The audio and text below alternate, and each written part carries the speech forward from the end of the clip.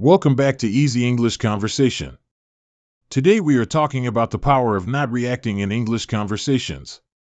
Listen slowly, repeat the useful phrases, and build your English step by step. Yes, that is a real problem.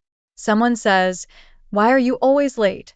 And my brain says, "No English available today." What can I do in that moment? You can create a small space. Not a big speech.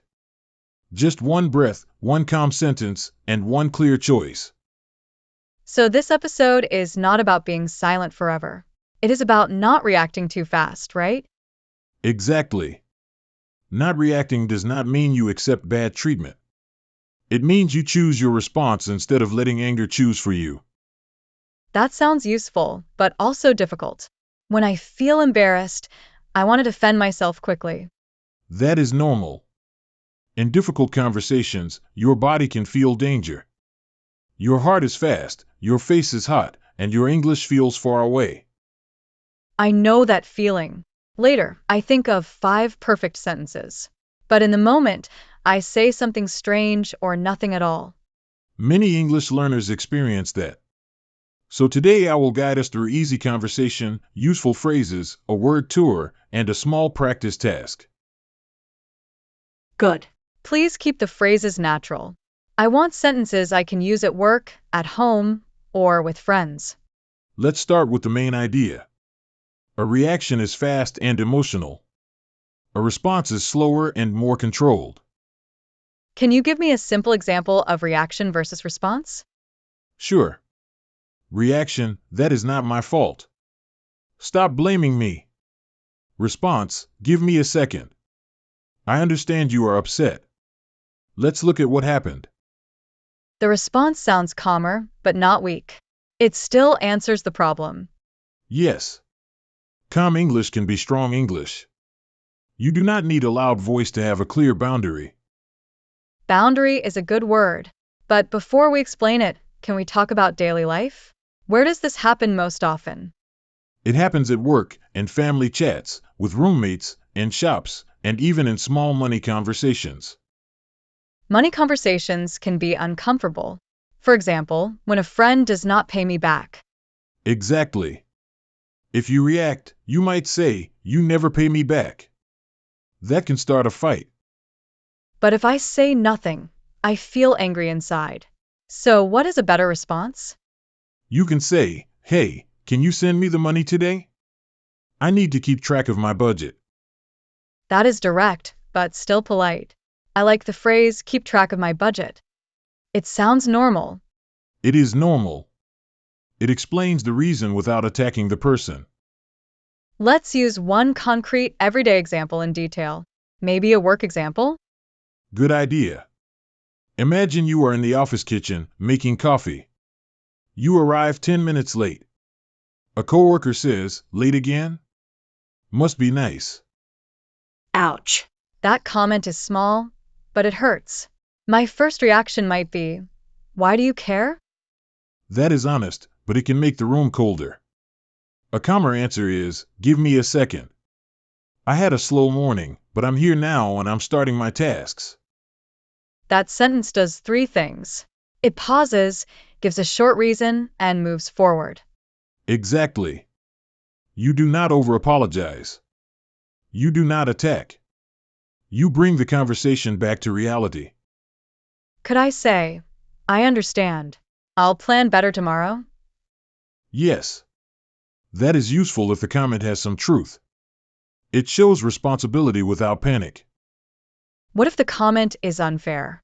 What if I am late only one time? Then you can say, "Actually, this is unusual for me. But I understand timing matters." Nice. Actually helps correct the idea, but it is not rude. Right. Use "actually" gently. Say it with a calm tone, not like a weapon. Tone matters a lot. Sometimes the words are polite, but the voice sounds angry. Yes. For learners, slow speech helps. If you speak a little slower, your tone often becomes calmer. So slow English is not bad English. It can be confident English. Exactly. Now let's move to useful phrases. These are sentence starters you can copy. Great. Can we do them one by one with situations? Phrase 1, give me a second. Use it when you need a quick pause. Give me a second. I can use that with a friend, coworker, or family member. Phrase 2, let me think about that for a moment. This is a little more polite and professional. Let me think about that for a moment. Could I use this in a meeting? Yes. In a meeting, it sounds careful. It gives you time to find your words. What is phrase 3? Phrase 3, I see your point, but I feel differently. It shows you listened, but you do not fully agree. I see your point, but I feel differently. That is softer than you are wrong. Much softer. Phrase 4, I want to discuss this, not argue. That one feels strong. When should I use it? Use it when the other person is pushing, interrupting, or raising their voice. Can I say it to a partner or family member? Yes, if your tone is calm.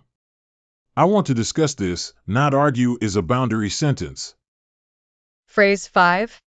Phrase 5, can we talk about this when we are calmer? This is useful when the conversation is too hot. Too hot means too emotional, right? Yes. Not hot like temperature, but hot like anger or stress. What about a text message? Sometimes I react quickly by typing too much.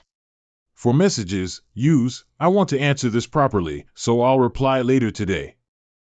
That is excellent. It stops me from sending a long, angry paragraph. Exactly. Here is a common mistake. Learners sometimes translate a strong sentence from their first language directly into English. Can you give an example? Vague advice is hard for me. Of course. A learner may say, you must respect me now. Grammatically, it is possible, but it can sound very aggressive in many daily situations. What sounds more natural? Try, I'd like us to speak respectfully. Or, please don't speak to me that way. Those are clear. They are not weak, but they sound more natural. Yes. Natural English often uses polite words with a firm meaning. I have another question. What if I really am angry? Should I hide it? You do not need to hide it. You can name it simply, I'm upset, so I need a moment. That feels honest. It tells the person what is happening without blaming them. Exactly. You are managing the moment. That is a habit, like exercise. Small practice matters.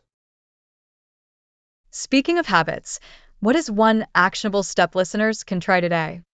Today, choose one pause phrase and practice it 3 times out loud. For example, I need a moment before I answer.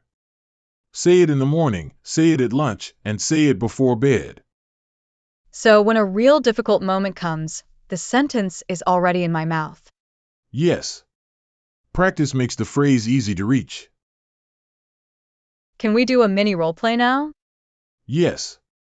I will be a stressed coworker. You will practice calm English. Okay, I am ready, but please challenge me if my answer is too vague. Here is the situation. I say, you forgot to send the file again. This is really annoying. Give me a second. I understand it is frustrating. I missed it this morning, and I will send it in 10 minutes. Excellent. You use 3 parts, pause, feeling, action. Pause, feeling, action. That is easy to remember. Let's try another one. I say, you never listen in meetings. Let me think about that for a moment. I hear your concern, but I do listen. Could you give me one example? Very good. You challenged a vague claim politely. Could you give me one example? Is powerful. Because never is too big. I need a real example, not just a feeling. Exactly. In calm communication, examples help. They move the conversation from attack to problem solving. What if someone says, "You always do this?" You can answer, I want to understand. What happened today that made you feel that way? That sounds mature. It also gives me time. Yes. Now let's begin our word tour. We will explain 8 useful words and phrases from today. Great. Simple meanings, please, with easy examples. Number 1, react. To react means to answer quickly because of emotion. Example: I reacted too fast when my sister criticized my plan. Number 2, respond. To respond means to answer with more thought and control. Example: I paused, breathed, and responded politely. Number 3, pause. A pause is a short stop before you continue. Example: a small pause helped me find better words. Number 4, harsh. Harsh means too strong, too direct, or unkind. Example: his joke was harsh, so I told him it hurt a little. Number 5, boundary. A boundary is a limit you set to protect your time, energy, or respect. Example: my boundary is simple. I will talk, but I will not shout. Number 6, fair enough. This phrase means, I understand your point. Example: fair enough. I can see why you are upset about the delay. Number 7, cool down. To cool down means to become calmer after strong emotion. Example: let's cool down and talk in 20 minutes. Number 8, keep track of. This means to watch or record something, like money, time, or tasks. Example: I keep track of my spending so I do not feel stressed at the end of the month. Excellent. Notice that these words are useful in daily life, work, money, and relationships. I like that. This is not textbook English only. It is real conversation English. Now we move to the practice task. Listeners, you can do this today in 1 minute. What should they say? Speaking prompt, talk for 30 seconds about a time you wanted to react too fast. Start with this sentence: one time, I felt upset because. Then add what happened, right? Yes. Use this simple pattern: one time, I felt upset because. I wanted to react by. Next time, I will respond by saying. Can you model it for us? Of course. One time, I felt upset because a coworker criticized my work in front of others. I wanted to react by defending myself loudly. Next time, I will respond by saying, I hear your concern. Can we talk about the details after the meeting? That is a useful model. It has the feeling, the old reaction, and the new response. Exactly. If 30 seconds feels long, say only one comment sentence. Next time, I will pause before I answer. Listeners can write that in a notebook or say it while walking. Yes. English practice does not need to be perfect or long. It needs to be regular. Before we close, can we repeat the most useful phrases? Yes. Repeat after us if you can. Give me a second.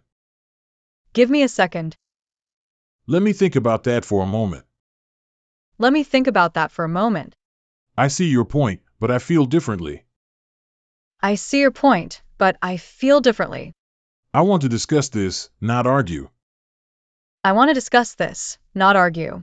Can we talk about this when we are calmer? Can we talk about this when we are calmer? Beautiful. These phrases are small tools. Keep them ready for real life. I feel more confident because I do not need a perfect speech. I just need one calm sentence. That is the heart of today's lesson. When your emotions are loud, make your English simple. And if I forget everything? Take a breath and say, I need a moment before I answer. That sentence can save the conversation. I will practice that today. Morning, lunch, and before bed. Wonderful. Keep listening, keep speaking slowly, and keep building your calm English step by step. Small practice, every day, makes difficult conversations feel less scary. Remember this: a pause is not empty silence, it is the place where your best English begins.